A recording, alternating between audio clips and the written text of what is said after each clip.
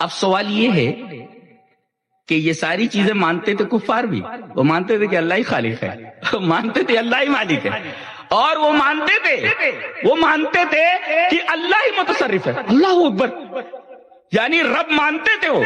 ان سے پوچھا جائے کہ اے مکہ کے مشرکو، کافرو، تمہارا خالق کون، پیدا کرنے والا کون؟ بولے اللہ۔ تمہارا مالک کون؟ بولے اللہ۔ تمہارے اندر تصرف کون کرتا ہے؟ وَمَن يُدَبِّرُ الْأَمْرَ، کائنات کا انتظام کون چلا رہا ہے؟ بولے اللہ۔ تو جو عقیدہ ہمارا ہے وہ عقیدہ ان کا تھا، تو ان کو کافر کیوں کہا گیا، مشرک کیوں کہا گیا؟ ہمیں جنت کیوں دی جا رہی ہے اور انہیں جہنم کیوں دی جا رہی ہے؟ ایک فرق ہے، اس فرق کو سمجھ لو۔ عزیزم آ چکے ہیں، اب وہ آپ کے سامنے بیٹھیں گے تھوڑی دیر میں جی۔ تو بھائی وہ مان رہے خالق اللہ، مالک اللہ، تدبیر کرنے والا اللہ، تو وہ تو ہم بھی مان رہے ہیں، تو ہم مومن کیوں اور وہ کافر کیوں؟ ایک چیز بیچ میں واسطہ لے آتے جی، کہ بغیر واسطے کے ہم رب تک نہیں پہنچ سکتے۔ وہ دیکھو سورہ زمر میں کہا گیا ما نعبدہم الا لیقربونا الی اللہ زلفا، ہم ان کی عبادت اس لیے کرتے ہیں تاکہ وہ ہمیں اللہ کے قریب کر دیں۔ یہاں ایک نقطہ سمجھ لیں، ایک ہوتا قربت، نزدیکی، ایک ہوتا زلفا۔ تو ما الفرق بین القربت والزلفا؟ لیقربونا، قربت تو آ گئی، پھر زلفا کیا ہے؟ مانا ہم ان کی عبادت اس لیے کرتے ہیں تاکہ وہ ہمیں قریب کر دیں۔ قریب کر دیں بولے تو قریب کا مطلب ہوتا ہے یہ یہاں تک پہنچ جانا ہے، کسی یہ چیز ہے، ہم اس کے قریب پہنچ گئے، تو یہ ہے تقرب۔ اور زلفا کسے کہتے ہیں؟ پہنچنے کے بعد یہ ہمیں کوئی عہدہ دے دے، کوئی مرتبہ دے دے، جیسے کہ بادشاہ کے قریب ہونا، سی ایم کے قریب ہونا، اب پہنچ گئے، یہ قربت۔ اب سی ایم آپ کو کوئی منزلت الرفیہ دے دے، کوئی بڑا عہدہ دے دے، یہ ہے زلفا۔ تو ہم ان کی عبادت اس وجہ سے کرتے ہیں تاکہ یہ ہم کو اللہ کے قریب کر دے، اور اللہ کے اس طرح قریب کر دے، بہت قریب کر دے۔ تو گویا کہ قربت کا مطلب ہے کہ قریب ہو جانا، اور زلفا کا مطلب بہت قریب ہو جانا۔ اسی وجہ سے قیامت میں فرمایا گیا وَبُرِّزَتِ الْجَحِيمُ لِلْغَاوِينَ وَأُزْلِفَتِ الْجَنَّةُ لِلْمُتَّقِينَ، جنت کو متقیوں کے قریب لے آیا جائے گا، یعنی بالکل قریب لے آیا جائے گا۔ ایک ہے قریب ہونا اور ایک ہے بہت قریب ہونا۔ تو ازلفا کا مطلب بہت قریب ہونا، تو بہت قریب لے آئی جائے گی۔ تو اللہ کے ہاں ہمیں یہ کوئی مرتبہ دلا سکے، ہم اس وجہ سے ان کی عبادت کرتے بیچ بیچ میں، یعنی ہماری ان سے اور ان کی ان، ہماری ان سے اور ان کی اس سے، یہ خرابی تھی، اسی وجہ سے ان کو مشرک کہا گیا۔ یاد رہے گا، ہماری ان سے، یہ جو مرے ہوئے لوگ ہیں بابا لوگ جی، ہماری ہم ڈائریکٹ نہیں پہنچ سکتے، یہ بیچ میں ہے، یہ ہماری ان سے اور ان کی اس سے۔ ایک عجیب بات ہے کہ قبر والا ہماری ڈائریکٹ سن لے رہا ہے لیکن اللہ نہیں سن رہا ہے۔ کتنی خطرناک بات ہے، کتنی خطرناک بات ہے، یعنی وہ قبر والا ڈائریکٹ ہماری سن رہا ہے لیکن اللہ ڈائریکٹ نہیں سن رہا۔ ارے اللہ اکبر، حضرت یونس علیہ السلام مچھلی کے پیٹ میں، ایک تو مچھلی کے پیٹ کا اندھیرا، اور مچھلی کے پیٹ کا اندھیرا، اور اس کے بعد سمندر کی تہ در تہ موجوں کا اندھیرا، اور اس کے اوپر رات کا اندھیرا، تین تاریکیوں کے اندر رکھا گیا۔ ایک سوال کسی نے کیا تھا، وہ قبر بتائیے جو اپنے مقبور کو لے کر دوڑتی تھی۔ قبر بھی لے کر دوڑتی ہے کیا؟ ہاں، ایسی قبر بتائیے جو قبر اپنے مردے کو لے کر دوڑ رہی ہو۔ حضرت یونس علیہ السلام کی مچھلی وہ قبر تھی وہ، اور حضرت یونس علیہ السلام مقبور ہیں، میت کی طرح پڑے ہوئے ہیں۔ اور میرا خیال یہ ہے کہ اس طریقے کی جیل کسی انسان نے آج تک نہ بنائی ہے، نہ کوئی ایسی جیل میں گیا ہے جہاں روشنی نہیں ہے۔ کم سے کم جیلوں کے اندر روشنی تو ہوتی ہے، رات کے اندر بجھا دی جاتی وغیرہ وغیرہ، اور کم سے کم اتنی جگہ تو ہوتی ہے کہ آدمی پیر پھیلا سکے۔ یہ تو پیر بھی نہیں پھیلا سکتے تھے مچھلی کے پیٹ میں، اور کم سے کم ہوا تو رہتی ہے جیل میں، وہاں تو ہوا بھی نہیں ہے۔ اللہ اکبر، اور یہاں تو اجالے ہیں، وہاں تین تاریکیاں ہیں، اور وہاں سے پکار رہے ہیں وَظَنُّونِ إِذْ ذَهَبَ مُغَاضِبًا فَظَنَّ أَن لَّن نَّقْدِرَ عَلَيْهِ۔ اللہ، اللہ الہ الا انت سبحانک انی کنت، وہاں پکار رہے ہوں، فنادا فی الظلمات اللہ الہ الا انت سبحانک انی کنت ظلمات، اے فی ظلمات ثلاثہ، تین تاریکیوں سے پکار رہے ہیں وہ، ایک تاریکی مچھلی کا پیٹ، اور دوسرے سمندر کی تہ درتا موجیں، اور تیسرے رات کی تاریکی، ان تین تاریکیوں کے اندر وہ پکار رہے ہیں کیا؟ فنادا فی الظلمات، تاریکیوں کے اندر پکار رہے ہیں۔ کون سی دعا پڑھ رہے وہ؟ لا الہ الا انت سبحانک انی کنت من الظالمین۔ اللہ مچھلی کے پیٹ سے، وہاں سے تاریکیوں میں سے ہو کر، رات کی تاریکیوں میں سے ہو کر، موجوں میں سے نکل کر دعا ان کے عرش اعظم پر پہنچتی ہے اور اللہ سنتا ہے، اور وہاں سے مچھلی کو حکم دیتا ہے کہ میرے بندے یونس کو لے جا کر کے ساحل کے اوپر اگل دے۔ گویا سمندر بھی اس کے اختیار میں، مچھلی بھی اس کے اختیار میں۔ آج سمندروں کو دیکھو ڈر لگتا ہے، اتنی بڑی بڑی مچھلیاں ہوتی ہیں، ان کو دیکھ کر ڈر لگتا ہے۔ اللہ کون سا ہاتھ ہے، کون سی تدبیر ہے جو پوری کائنات کو اپنی مٹھی میں لیے ہوئے ہے، اور پوری کائنات کے اوپر اس کا حکم چلتا ہے۔ مچھلیوں کے اوپر حکم چل رہا ہے، سمندروں کے اوپر اس کا حکم چل رہا ہے، ہواؤں کے اوپر اس کا حکم چل رہا ہے، تین تاریکیوں کا۔ اور عجیب بات تو یہ ہے کہ حضرت یونس جس تاریکی میں تھے وہ ایک ایسی جیل تھی جیسی جیل دنیا میں ہے ہی نہیں، مچھلی کے پیٹ میں ہل بھی نہیں سکتے، ایسی جیل ہے۔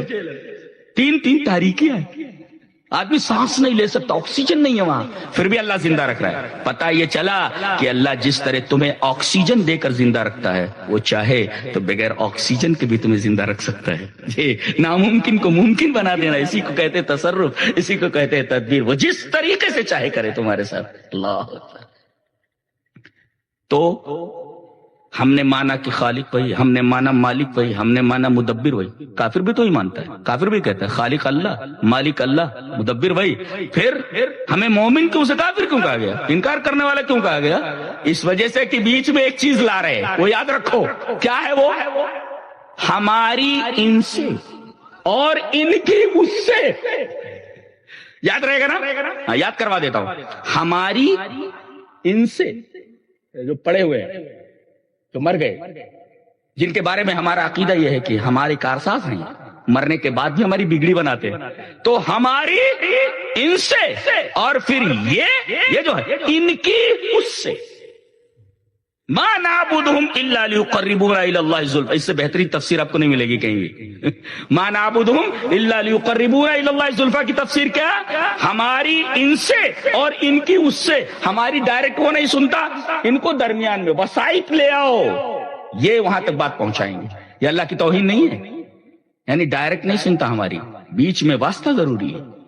عجیب بات، کہتے وہ کنویں میں سے پانی نکالنے کے لیے ڈول اور رسی کی ضرورت۔ ارے بھائی اللہ کے لیے مثالیں بیان کر رہے، فلا تضربوا للہ الامثال، اللہ کے لیے مثالیں مت بیان کرو۔ چھت کے لیے سیڑھی اس وجہ سے ضروری ہے کہ چھت دور ہے، اور کنویں سے پانی نکالنے کے لیے ڈول اور رسی کی اس وجہ سے ضرورت ہے کہ پانی دور ہے۔ لیکن اگر پانی منہ تک آ جائے تو، چھت نیچے آ جائے تو کس سیڑھی کی ضرورت ہے، کس ڈول اور رسی کی ضرورت ہے؟ تو اللہ نے فرمایا میں اس پانی کی طرح تم سے دور نہیں ہوں، میں چھت کی طرح تم سے دور نہیں ہوں، میں تو تمہاری رگے جاں سے بھی زیادہ قریب ہوں۔ نحن اقرب الیہ من حبل الورید، تمہاری شہرک سے رگے جاں سے بھی زیادہ قریب ہوں، اور جب میں تمہاری رگے جاں سے زیادہ قریب ہوں تو پھر تمہیں کس سیڑھی کی ضرورت ہے، کس وسیلے کی ضرورت ہے؟ اتنی بات سمجھ میں نہیں آتی۔ اور شیطان نے سب کو گھما کر رکھا ہوا ہے، کہتا ہے بغیر وسیلے کے دعا قبول نہیں ہوتی۔ اس نے دیکھا، اچھا دیکھو غلطی دونوں سے ہوئی، آدم سے غلطی ہوئی اور شیطان سے بھی غلطی ہوئی۔ شیطان سے کہا گیا تھا آدم کو سجدہ کر، نہیں کیا۔ دیکھو اس سے کہا گیا تھا کر، نہیں کیا، نافرمانی اللہ کی۔ اور آدم سے کہا گیا تھا اس درخت کے قریب مت جانا، مت کھانا، کھا لیے جی، تو گناہ دونوں سے ہوا نا۔ شیطان سے کہا گیا تھا کر، سجدہ کر، نہیں کیا۔ اور آدم سے کہا گیا تھا لا تقربا، نہ کر لیا۔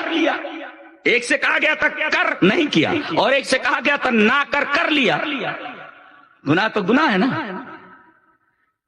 لیکن حضرت آدم علیہ السلام نے کہا قال ربنا ظلمنا انفسنا، آدم و حوا دونوں نے دعا کی، اے ہمارے رب، یہ ہے جان لینا، ربنا ظلمنا انفسنا، اے ہمارے رب ہم نے اپنے آپ کے اوپر ظلم کیا، دعا کی، اور اللہ تبارک تعالیٰ نے ان کی دعا قبول فرمائی اور بخش دیے گئے۔ اچھا، ربنا کہہ کر کے اللہ کو پکارا۔